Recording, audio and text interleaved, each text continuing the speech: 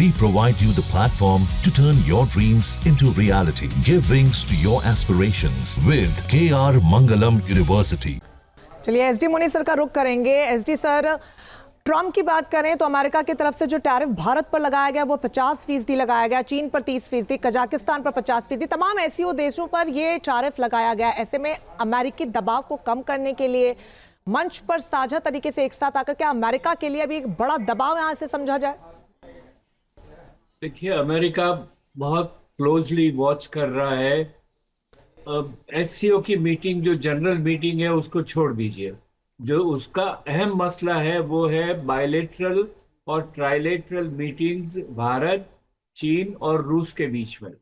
इसको अमेरिका बहुत closely watch कर रहा है, क्योंकि अमेरिका जानता है कि अगर ये तीनों देश अपने वादों को व्यवहार में बदल दें, वो बड़ा प्रश्न है जो हम पहले डिस्कस कर चुके हैं, अगर उसको व्यवहार में बदल दें तो अमेरिका की जो इंडो पैसिफिक नीति है उस पर बहुत सारे बंधन लगेंगे और उसका असर विश्व व्यवस्था पर भी होगा।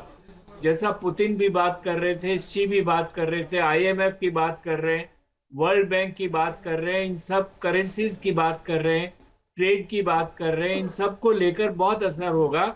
और इस बात का आंकलन ट्रंप का जो एडमिनिस्ट्रेशन है वो जरूर कर रहा होगा, इसमें कोई दो राय नहीं है। और उनको परेशानी भी होगी कि अगर वाकई ये तीनों देश मिल गए तो एशिया में जो प्रभुत्व की बात है, दबदबे की बात है, वो काफी हद तक सिकुड़ जाएगा। ये बहुत बड़ी चुनौती है अमेरिका के सामने आज एससीओ को लेकर।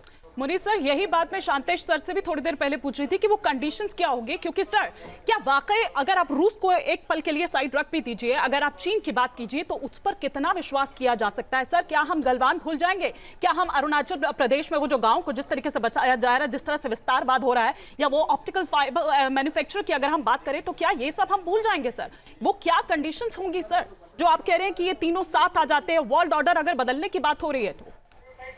मैंने पहले भी कहा, आप पहले वाले में आपसे स्पष्ट कहा था कि एक तो पाकिस्तान का मसला है हमारे दोनों के बीच में, उससे भी बड़ा बॉर्डर का मसला है। बॉर्डर पे चीन की 2005 में चीन और भारत के बीच में ये समझौता हुआ था कि पॉलिटिकल पैरामीटर्स को लेकर हम बॉर्डर के सॉल्यूशन को आगे बढ़ाएंगे।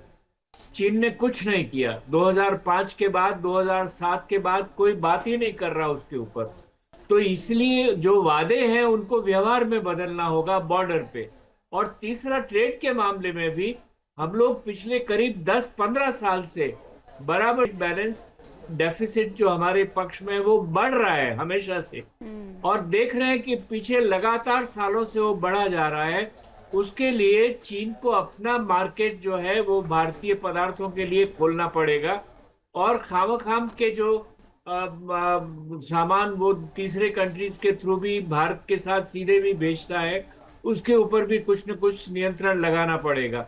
दूसरी तरफ चीन भी ये कहता है कि आप हमारे निवेश को बढ़ाने दीजिए, आप उसके ऊपर सिक्योरिटी का लेवल नहीं लगाइए। लेकिन व्यापार के मामले में भारत की जो मांग है वो बिल्कुल अभी तक सुनवाई नहीं की गई है, उसकी व्यवहार में नहीं हुआ है। तो व्यवहार में तीन बातों पर, पाकिस्तान, बॉर्डर और ट्रेड, अगर तीनों में व्यवहार में बदल होगा तब अमेरिका वाकई अलर्ट होगा। अभी तो वादे हो रहे हैं, अच्छे वादे हो रहे हैं, उनका स्वागत करना चाहिए, लेकिन ये प्रयास करना चाहिए कि वादों को जल्द से जल्द और पुख्ता तरीके से व्यवहार में बदले। जी बिल्कुल मुनीर सर, और बड़ी चुनौती यही है ना कि आप जब चीन की बात करते हैं और पाकिस्तान की बात करते हैं तो मानिए उनसे व्यवहारिक रिश्ते बनाना ही एक बहुत बड़ा टास्क है। बिल्कुल, आपने ठीक कहा। और साथ ही मुनीर सर जो यहाँ पर निर्भरता की बात कर रहे थे, अगर ये निर्भरता बढ़ती है तो फिर उस आत्मनिर्भरता का क्या? वो मेक इन इंडिया, वो स्किल इंडिया, इस सवाल के साथ भी हम जरूर आएंगे। जहाँ भक्ति है हर शब्द में, कथाओं में छिपे हैं दिव्य रहस्य, और ज्योतिष देता है जीवन को दिशा। धर्म से जुड़ी हर बातों को जानने के लिए हमारे चैनल स्तुति को सब्सक्राइब करें। चैनल पर जाने के लिए इस लिंक पर क्लिक करें।